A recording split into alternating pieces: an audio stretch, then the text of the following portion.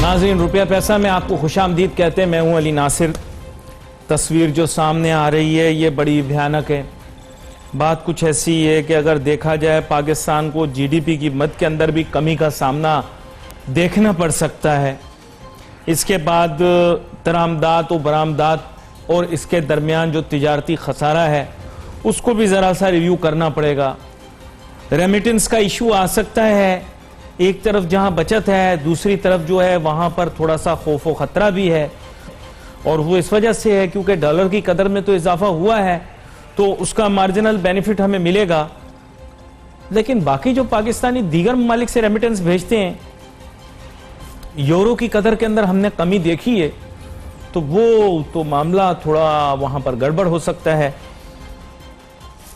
दूसरी जानिब मशरिक़ वस्ता की जो मईशत है वो भी दबाव का शिकार होगी। आपको पता है पिछली दफा जब तेल की कीमतें कम हुई थी, काफी सारे पाकिस्तानी जो ओवरसीज वहां पर काम कर रहे थे, मेहनत कश, उनको काफी मुश्किलात का सामना करना पड़ा। मशरिक़ वस्ता की मईशत वैसे दबाव का शिकार है, वो ले ऑफ्स वगैरह कर रहे थे, अच्छे हालात में भी कर रहे थे। तो इस वक्त तो पता नहीं अब क्या होगा।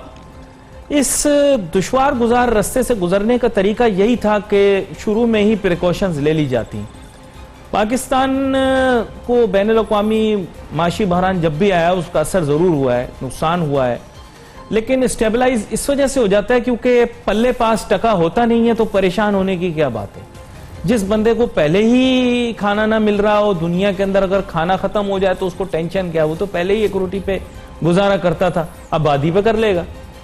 नहीं, ये मैं आपको संजीदगी से बात बता रहा हूं। बात यह है कि पाकिस्तान के पास वैसे ही कोई वसाइल तो है नहीं सिवाय पाक स्टडीज की किताब के, और तो कहीं पर भी वसाइल नहीं है ना। होते तो इस्तेमाल कर लेते, बिरोए कार ले आते। ऐसे तो हो नहीं सकता कि शेख चिल्ली दरिया के पास बैठकर कह रहा हो कि मैं प्यासा हूं, मुझे पानी पिला दो। तो वसाइल तो है नहीं, ये तो सारा ड्रामा है। अब और ज्यादा एक्सपोज हो जाएगा क्योंकि वसाइल तो ना पहले थे ना अब है। बार बार कह के मेरे पास बड़े वसाइल हैं, आईने में देखकर अपने बाल कंघी करके ये कहते रहना साहब मेरे से ज्यादा हसीन कोई नहीं, ये तो एक्सपोज होना ही है ख्वाब एक दिन। अगर ये एक्सपोज ना होना होता तो सारी दुनिया से आज क्यों मांगते, और अपनों से भी मांगते, पराओं से भी मांगते। खैर इसको छोड़ो, मुश्किल वक्त है, सब मुत्तहिद हुए हैं। लेकिन बात यह कि अब ये जो सिचुएशन मेरे सामने इन्होंने, भाई हमारे शोबा तहकीक ने तो बहुत सारी स्टेटिस्टिक्स रख दी हैं, दरामदाद में ये होगा, बरामदाद में ये होगा, जीडीपी का ये मामला होगा, उसके बाद जो है पाकिस्तान को किस तरह के माशी बहरान पर काबू करना पड़ेगा। ये तो बहुत सारी चीजें, मुझे तो खौफ आ रहा है देखते हुए इसको। और गरीब की रोटी का क्या होगा उसके बारे में भी कुछ नहीं पता। 25 लाख लोगों को घर तक 4000 रुपए पहुंचाएंगे। मैं भाई अब कुछ नहीं बोलूंगा क्योंकि अब मैं कुछ बोलता हूं तो आप लोगों क्लिप बना के चला देते हो। मैं अब कोशिश करूंगा कि मैं सोल्यूशन बेस्ड बात करूं, लेकिन मैं हमेशा कहते हैं कि मैं रूट ऑफ द प्रॉब्लम के पास पहुंचता हूं। तो रूट कॉज जो पाकिस्तान के इस इकोनॉमिक डिप्रेशन का है, let's be very frank, root cause ये है कि हमने अपने आप को कंटिजेंसी प्लानिंग नहीं की। कंटिजेंसी यानी कोई भी मुश्किल आ जाने की सूरत में हम क्या करेंगे, इसकी प्लानिंग तो हमने की नहीं हुई। सच बात यह कि जब हालात ठीक हो तब की प्लानिंग हमने नहीं की हुई, तो हालात खराब हो तो उसकी प्लानिंग कब करेंगे। बात यह है कि यहां पर कुछ ऐसे मेजर्स लेने पड़ेंगे जो पाकिस्तान की इकोनॉमी को स्टेबलाइज करें। मुझे ऐसा लगता है कि लॉकडाउन किसी न किसी दिन तो खोलना पड़ेगा, वरना दिहाड़ीदार भूखा मर जाएगा, मेहनत कश के पास कोई तरीका नहीं मिलेगा।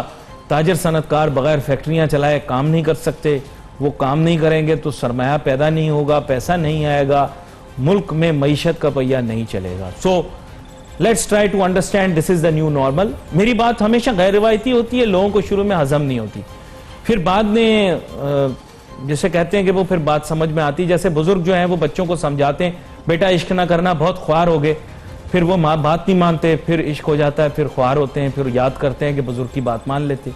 इसी तरह जो है मेरी बातें भी कभी कभार बहुत कड़वी होती हैं और लोगों को समझ में नहीं आती। मैं कहता हूं यार आज आप कड़वी गोली खा लो, कल की मुश्किल हल हो जाएगी। आप वो करने को तैयार नहीं हो। इकोनॉमिकली पाकिस्तान को आज रियलाइज करना पड़ेगा कि ये प्रॉब्लम इतनी इजीली सॉल्व नहीं होगा। अगर इजीली सॉल्व नहीं होगा तो this is the new normal. इसको कैसे फेस करेंगे इसके बारे में बात करेंगे एक छोटी सी ब्रेक के। Let's take a short break.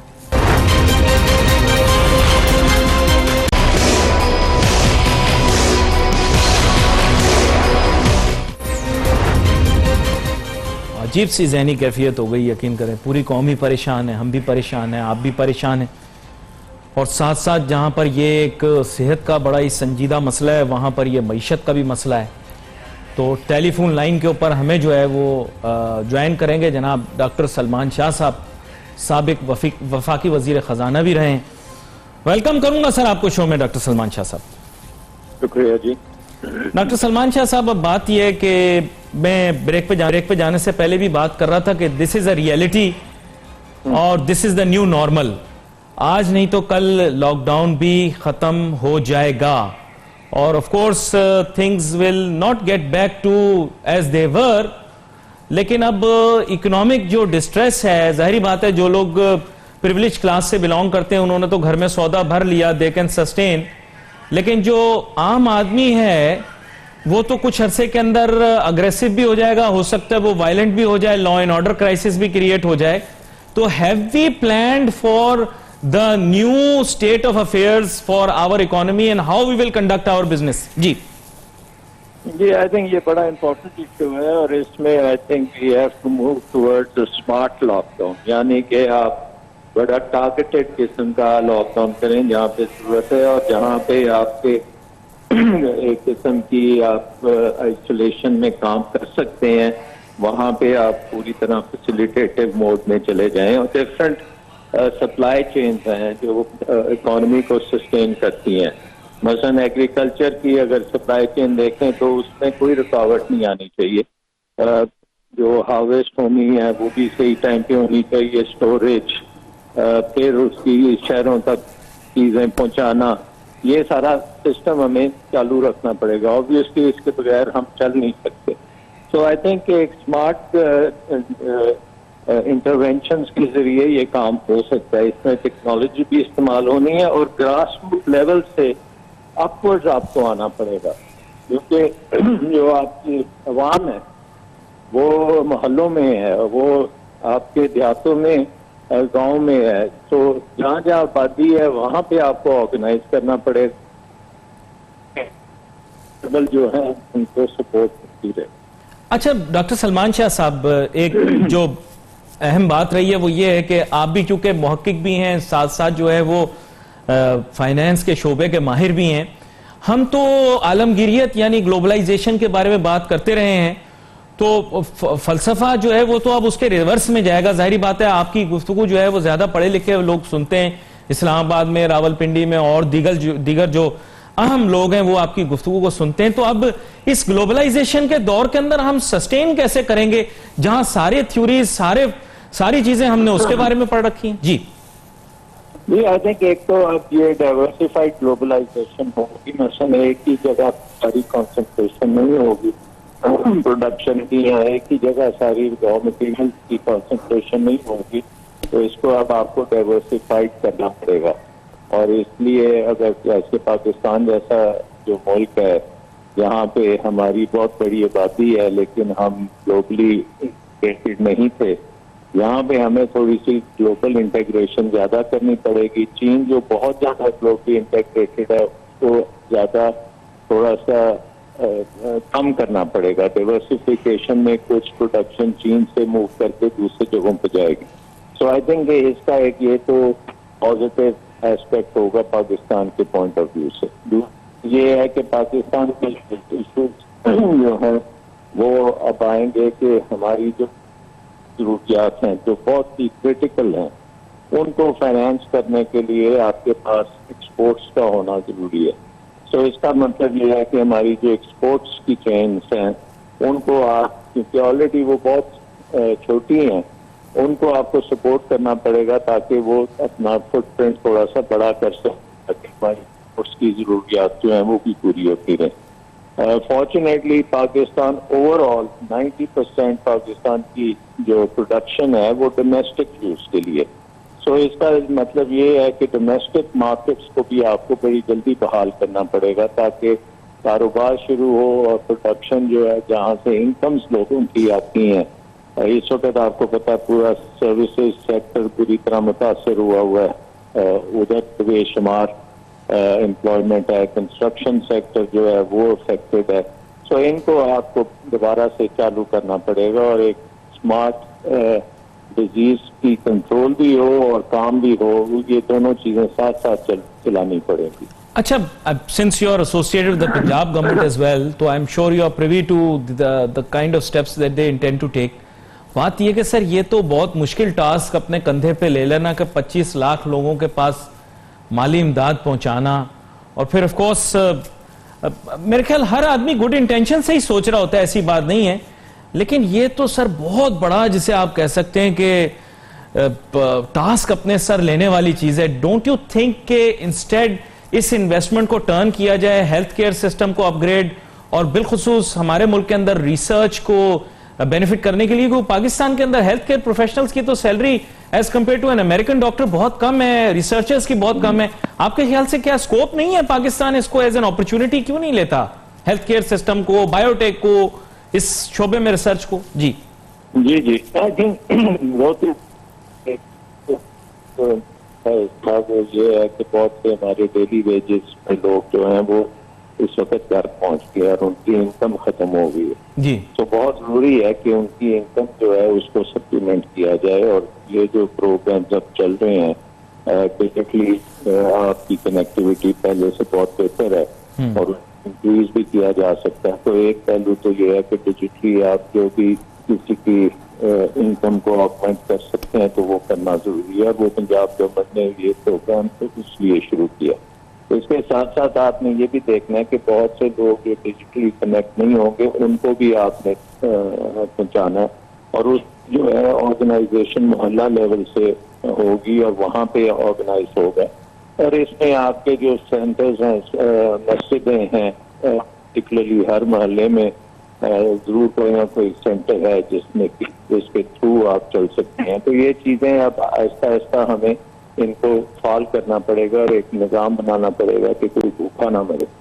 उसके बाद आपने लाइवलीहुड का जो है उसको रिवाइवल करना है, और उसके लिए जरूरी है कि आप जगह हैं जहाँ पे एम्प्लॉयमेंट है उनको आप कोरोना सेफ करें। वहाँ पे आप सोशल आइसोलेशन के जो प्रोटोकॉल्स हैं वो गवर्नमेंट ने इशू किए हैं फैक्ट्रियों के लिए और दूसरी एस्टैब्लिशमेंट्स के लिए, उनको ग्रेजुअली लोगों को ट्रेन उसमें करना है ताकि ये इसका फैलाव जो है उसको रोका जाए, और उसके साथ साथ जो आपकी एम्प्लॉयमेंट है वो भी आप साथ कर सकें। तो ये सारी चीजें न्यू प्रोटोकॉल्स में आपको करनी पड़ेंगी। इसके साथ साथ आपको पता है कि बेशुमार टैक्स रिलीफ दिया जा रहा है, क्योंकि अगर टैक्स इस वक्त आप लोगों से लेने जाएंगे तो उनकी जो कुव्वत ही नहीं है टैक्स पे करने की, तो इसलिए बहुत सी टैक्स रिडक्शन की कम की जा रही है, सेल्स टैक्स में की जा रही है, कई जगहों पे उनको डिफर किया जा रहा है। तो ये काम भी आपको करना पड़ेगा। और उसके साथ साथ फिर आपको ये भी पता है कि बहुत सी कंपनीज ऐसी होंगी जो कि इनके पास बैंकों से अभी तक कभी फाइनेंस उन्होंने ली नहीं है, लेकिन अब उनकी क्योंकि मार्केट डिस्टर्ब हो चुकी हैं, उनके वर्कर्स प्ले ऑफ हो चुके हैं, तो उनको दोबारा से रीस्टार्ट करने के लिए बड़ी मदद चाहिए होगी। तो आपको इन SMEs को 98% हमारी जो है एस्टेब्लिशमेंट्स वो SMEs हैं, और उनमें से ज्यादातर के पास किसी किस्म की फाइनेंशियल हेल्प नहीं है। तो आई थिंक कि वहाँ पे भी आपको फाइनेंसिंग पैकेजेस बनाने पड़ेंगे, गारंटीज गवर्नमेंट को देनी पड़ेंगी कि SMEs को अगर बैंक लैंड करता है तो उसकी गारंटी हुकूमत देगी। तो इस तरह की चीजें जो हैं ये खासी आगे आनी अगले चंद हफ्तों में आनी चाहिए, ताकि हमारी जो ये जो प्रोडक्ट है ये बहाल हों, और सबसे इम्पोर्टेंट चीज है कि लोगों की बहाल हों, इनकम्स बहाल होंगी तो फिर डिमांड बहाल होगी। लेकिन वो नेक्स्ट प्रॉब्लम बन रहा है कि सप्लाई और डिमांड दोनों साइडों से जो कोलैप्स हो रही है, दोनों साइडों को आपको सपोर्ट करना पड़ेगा, और उसमें हुकूमत का बड़ा क्लियरी रोल होगा, मिनिस्ट्री ऑफ फाइनेंस का बड़ा इम्पोर्टेंट रोल है, और स्टेट बैंक ऑफ पाकिस्तान का बहुत बड़ा रोल है। क्योंकि स्टेट बैंक ऑफ पाकिस्तान जो है इस वक्त अगर प्रोविंशियल गवर्नमेंट्स की फाइनेंशियल हालत कम होगी और उनके पास टैक्स रेवेन्यूज नहीं होंगे तो उनको सेंट्रल बैंक से ओवरड्राफ्ट की लाइंस देनी बहुत जरूरी होंगी, ताकि वो अखराजात कर सकें फॉर रिलीफ ऑपरेशंस और support to the business and people at large. अच्छा, there going to be, I mean right now I think इस वक्त सबसे जो एसेंशियल क्वेश्चन है, और आपको पता है कि वो it's playing on the minds of the strategic leadership of this country. अवाम को तो हमारे इतना नहीं पता इस बारे में, लेकिन वो है हमारी निगोशिएशन बैनुल अक़वामी मालियाती और तरक्याती इदारों के साथ। डू यू थिंक कि वो माफ कर देंगे, जैसे हम उन्हें कह रहे हैं कि साहब हमारे पैसे माफ कर दो, और अगर माफ कर देते हैं तो कितने माफ करेंगे? क्या आपको यहां पे कोई आगे देख रही है प्रोग्रेस? आई थिंक ये बात मेजर फाइनेंशियल रीस्ट्रक्चरिंग हो पूरी दुनिया में आगे चलते हुए, और अभी हमें पता है कि इंटरनेशनल मॉनेटरी फंड और world bank, Asian development bank इस वक्त वो भी कहीं अपने फंड्स लॉन्च कर रहे हैं, और हमारा जो प्रोग्राम है IMF का प्रोग्राम, उसके भी टास्क जो है वो भी ऑन होल्ड है, और जो भी खर्चा हुकूमत करेगी इन चीजों पे वो इन टारगेट्स का हिस्सा नहीं होंगे। मेरा ख्याल है कि इस दफा हमारा जो फिस्कल डेफिसिट होगा कम अज कम डबल डिजिट्स में जाएगा, और उसका जो ज्यादातर फाइनेंसिंग 7-8% GDP की फाइनेंसिंग जो है वो पूरे आपकी जो इकोनॉमी को बहाल रखने के लिए खर्च होगी। तो ये सारी चीजें जो है इसके निज़ाम को आपको बनाना पड़ेगा, और इंटरनेशनली हो सकता है कि आपके डेट्स जो हैं वो उनको रिस्ट्रक्चर करना पड़े, ज्यादा से ज्यादा लॉन्ग टर्म में जाना पड़े, या आउटसाइड उनको डेट राइट ऑफ भी होना चाहिए। तो ये बात। अच्छा, इसमें एक क्लैरिटी आपसे लेनी थी, हैंडल करती एक क्लैरिटी आपसे लेनी थी। अब बात यह कि ये यूनाइटेड नेशंस के मैंडेट में आएगा, World Bank is also a sister organisation, IMF is a monetary institution, तो ये सब आपस में लिंक जरूर हैं, तो हमें किससे बात करनी पड़ेगी? लेकिन ये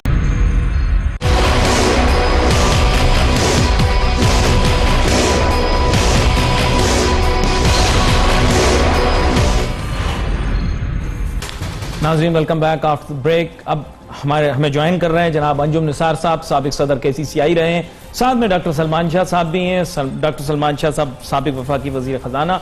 ब्रेक पे जाने से पहले उन्होंने बड़ी अहम गुफ्तगू की। अब मैं चाहूंगा अंजुम निसार साहब आपको भी गुफ्तगू में शामिल करूं, थोड़ी हकीकत पसंदाना बात कर लेते हैं। अंजुम निसार साहब, बात कुछ ऐसी है कि अब ये लॉकडाउन कोई परमानेंस तो नहीं है, ये तो टेम्पररी स्टेप है इन ऑर्डर टू समहाउ कि इसका स्प्रेड जो है वो कम हो जाए। लेकिन अब बात यह है कि रियलिटी तो अब आपके सामने है, बगैर कारोबार चलाए तो काम नहीं होगा। डॉक्टर सलमान शाह साहब ने कहा कि अभी स्मार्ट एनवायरनमेंट क्रिएट करनी पड़ेगी। आपके जहन में इसका क्या सोल्यूशन है? क्योंकि let's say after 5 days, if not after 5 days, a couple of weeks business तो खोलना पड़ेगा, फिर क्या करेंगे? जी देखिए नासिर भाई, सलमान भाई मेरे लिए बहुत बहुत है ना, बड़ी सही बात की है कि स्मार्ट एनवायरनमेंट क्रिएट करनी पड़ेगी। लेकिन साथ साथ देखिए, मैं हमेशा एक बात कहता हूँ, जहाँ भी अनसर्टेनिटी होती है स्पेशली इकोनॉमी के अंदर, दैट किल्स द एनवायरनमेंट। और आप देख रहे हैं कल खुद FBI ने फिगर्स दिए हैं, तकरीबन 460 बिलियन रुपीज की शॉर्टफॉल है ये 9 महीनों में, और अप्रैल के अंदर जो हालात चल रहे हैं, जो नजर आ रहे हैं, और ये 1-2 हफ्तों की बात हमें नजर नहीं आती है, जो बिजनेस एकदम बंद हो जाना और दोबारा स्टार्ट करना, पिक करना, रातों रात एक्सपोर्ट के ऑर्डर आपको दोबारा नहीं मिल जाएंगे, और अगर दोबारा मिलेंगे तो उसमें 1-2 महीने का टाइम लगता है। आप शिपमेंट करते हैं, मुतल्लिक़ का माल पहुंचते हैं, आप लेबर वापस आएंगे जो पूरे मुल्क में वापस चले गए हैं। आपने देखा प्राइम मिनिस्टर ने ऑर्डर दिया था कि ट्रांसपोर्ट करके खोल दिए जाए, आज चौथा 5वां दिन है और अभी तक मुकम्मल तौर पर अड्डे नाम खोल सके अपने मुल्क के अंदर। तो ये चीजें जो है ना, ये बिजनेस टाइम लेता है, जैसे बनने में टाइम लेता है, डेवलप होने में टाइम लेता है, इसको कंप्लीट करना है पूरे सर्कल को। ये और यार इस कोरोना वायरस ने खाली एक्सपोर्ट को मुतासिर नहीं किया है, इससे लोकल इंडस्ट्रीज को, दिहाड़ी के वर्कर्स को, सैलरी पर्सन को, हर सेक्टर को पूरी तरह डैमेज किया है। और पाकिस्तान जैसा मुल्क जिसकी पहले हम कहते थे डिविएशन भी ऐसे, हमारा GDP का साइज कम होता चला गया। अब खुद गवर्नमेंट कहती है कि जो अनएम्प्लॉयमेंट है, चले हम अपने फिगर्स नहीं देते, पैनिक नहीं फैलाते, अगर गवर्नमेंट की बातें ले लें और उनके फिगर्स को ले लें, वो कहते हैं कि 25-30% पॉवर्टी लाइन में लोग पहले थे, और शायद खर्चा है कि 45-50% चले आए। 50% जब आप कहते हैं तो 22 करोड़ का 50% तकरीबन 11 करोड़ अफराद बनते हैं। 11 करोड़ अफराद का मतलब ये होता है कि दुनिया का 8वां 9वां बड़ा मुल्क बन जाता है आबादी के हिसाब से। तो इतनी बड़ी तादाद को आप कहें कि कोई डिस्टर्बेंस नहीं होगी, तो मेरे हिसाब से थिंग्स आर नॉट गुड। और पॉलिसी जब तक क्लियर नहीं होती, अब ये आप देख रहे हैं हर दूसरे दिन तीसरे दिन जब हम कांटेक्ट करते हैं स्टेक होल्डर्स हम गवर्नमेंट को, फिर गवर्नमेंट 2 दिन बाद नोटिफिकेशन निकालती है, वो एक नोटिफिकेशन निकालती है, क्लियर नोटिफिकेशन नहीं होता, उससे हिस्से क्लियर होते हैं, दोबारा गवर्नमेंट के पास जाते हैं, फिर आप सैटरडे संडे आ जाता है। तो बिजनेस कम्युनिटी बहुत परेशान है। आपने देखा तमाम ट्रेड बॉडीज, चैम्बर्स, ये कंटिन्यूस गवर्नमेंट से आपसे में है, लेकिन हमें वो चीजें जो एक एनवायरमेंट होती है, जो आप कहते हैं एनवायरमेंट ऑफ बिजनेस, वो नहीं मिल रही। अब कल जाके इन्होंने कहा कि हम कुछ ऐसी सनतें खोलेंगे कुछ कर सके। लॉकडाउन यकीनी तौर पर बहुत इंपॉर्टेंट है, करना चाहिए, सोशल डिस्टेंसिंग होनी चाहिए, लेकिन देखेंगे अब एक बड़ा ऑफिस है, उसमें 10 बंदे हैं, उनको अब ये जब तक क्लैरिटी ऑफ पॉलिसीज नहीं होंगी, और सलमान साहब ने बिल्कुल सही कहा है, ये जीडीपी के अंदर मैसिव हम डिप देखेंगे। पहले जीडीपी वर्ल्ड बैंक आईडीपी कहते हैं कि 2.5% रहेगी, और 2.5% कहते हुए शर्म आती है। अगर इसमें हम नीचे माइनस और नेगेटिव ग्रोथ देखेंगे तो ये 22 करोड़ आदमी पूरा साल कुछ करके 0 में ग्रोथ रह जाती है, उसके चांसेस हैं। और पॉवर्टी, और हम इतनी बड़ी अनएम्प्लॉयमेंट, इतना बड़ा जो सेक्टर है, जो जवान यूथ जो अनएम्प्लॉयमेंट ऑलरेडी हो चुके हैं या होने जा रहे हैं लाखों की तादाद में। जब आप 45-50% कहते हो, पूरी कौम को कह के आप देख रहे हैं, इसमें खाली एक इशू है कि राशन कैसे पहुंचाया जाए। पूरी कौम की प्रायोरिटी है कि मुल्क के लोगों को राशन कैसे दिया जाए, कैसे दिया जाए। राशन अपनी जगह देना चाहिए, हर एक का ख्याल रखना चाहिए ऐसे common, but at the same time हमें उन सेक्टर्स को जो एसेंशियल्स में आते हैं उनको फुल सपोर्ट करनी चाहिए। खाली ऐलान कर देने से मैं नहीं समझता कि ये चीजें बेहतर हो पाएंगी। मैं आपकी जानिब दोबारा वापस आऊंगा, क्योंकि आपसे मैं जर्मनी का एंजेला मर्कल साहिबा का बयान भी आपसे डिस्कस करूंगा, और वहां पर सूरत हाल भी जो है, जैसे यूरोपियन या तरक्की याफ्ता ममालिक किस तरह से टैकल कर रहे हैं और हम फिर उनसे क्या सीख सकते हैं। डॉक्टर सलमान शाह साहब, ब्रेक पे जाने से पहले आपसे बड़ा अहम सवाल पूछ रहा था। बात यह कि अब हम डिस्कस करेंगे तो हम किसके साथ करेंगे? क्या हम फर्दन हर इदारे के पास जाएंगे, या आज जैसे मैं बयान देख रहा था हमारे वजीर खारजा का, तो बुनियादी तौर पे हम यूनाइटेड नेशंस को अप्रोच करेंगे और वो सब्सिक्वेंटली सिस्टर ऑर्गेनाइजेशंस को अप्रोच करेगी और हमें कोई रिलीफ देगी। क्या कहते हैं आप डॉक्टर सलमान शाह साहब? आई थिंक पहले तो ये है कि at the global level G20 के जो ममालिक हैं, जो दुनिया की मेजर इकोनॉमीज हैं, जिनके पास और जिनके सारी प्रोडक्शन डिसीजंस और ट्रेड की डिसीजंस और एक्सपोर्ट्स और इंपोर्ट्स, ये सारी चीजें जो G20 ममालिक हैं, इनकी तंजीब में ये चीजें डिसाइड होती हैं। तो G20 की तो मीटिंग्स अब शेड्यूल्ड हैं कि दुनिया की इकोनॉमी से क्या करना। ऑब्वियसली यूनाइटेड नेशंस और इंटरनेशनल फाइनेंशियल इंस्टीट्यूशंस का भी एक बहुत बड़ा रोल है, और इसमें आई थिंक एक कंसर्टेड एफर्ट होगी कि जो ममालिक पर बहुत ज्यादा कर्जे हैं और जो वो इस वक्त कर्जे वो अदा नहीं कर सकते, या उसको खत्म किया जाए उन कर्जों को, या उनको लॉन्ग टर्म उसकी रीशेड्यूलिंग की जाए ताकि वो इस वक्त अपनी इकोनॉमीज को अपने रिकवरी की तरफ लगा सकें। सो आई थिंक ये ग्लोबल एफर्ट्स होंगी, और सारी जो ग्लोबल इंस्टीट्यूशन हैं उनका बहुत बड़ा रोल होगा। सबसे इम्पोर्टेंट रोल होगा कि जो ममालिक ऐसे हैं जो इस वक्त मुश्किल में है, वो भी इन जगहों पे अपनी जो है पोजीशन बड़ी क्लियर वाजे करेंगे। और आई थिंक जैसे G77 है या दूसरे बड़े ब्लॉक्स हैं जो अंडर डेवलप्ड कंट्रीज के ब्लॉक्स हैं, उन सारों को इसमें शामिल होना पड़ेगा। और इनमें सबसे इम्पोर्टेंट रोल मेरा ख्याल चाइना का होगा, अमेरिका का होगा, यूरोपियन यूनियन का होगा, और बाकी इंटरनेशनल इदारे होंगे। बट ये सारी चीजें जो हैं ये रीनेगोशिएट होंगी और एक न्यू वर्ल्ड ऑर्डर बनेगा। आई थिंक ये अब पुराना वर्ल्ड ऑर्डर जो है वो नहीं चलेगा, न्यू वर्ल्ड ऑर्डर बनेगा जिसके तहत अब ये अगले 20-30 साल की जो सिस्टम्स हैं वो बनेंगे, और उसमें ग्लोबलाइजेशन को भी एड्रेस किया जाएगा, और जो गुर्बत है थर्ड वर्ल्ड की उसको भी एड्रेस किया जाएगा। ये बड़ी अहम बात आपने की है मेरे ख्याल से, जो हमारे मुल्क के अंदर, क्योंकि सोचने वाले फिक्र करने वालों की तादाद निस्बतन कम है, लेकिन फिर भी मैं चाहूंगा कि जो लोग अहम इस मुल्क के अंदर फिक्र करते हैं, डॉक्टर सलमान शाह साहब की बात को गहराई से समझने की कोशिश करें, क्योंकि इन्होंने जो बात बयान की है इसका बहुत ज्यादा वजन है। ये इकोनॉमी ऑफ वर्ड्स के अंदर बिलीव करते हुए इन्होंने कम अल्फाज के अंदर ज्यादा बड़ी गहरी बात कर दी है।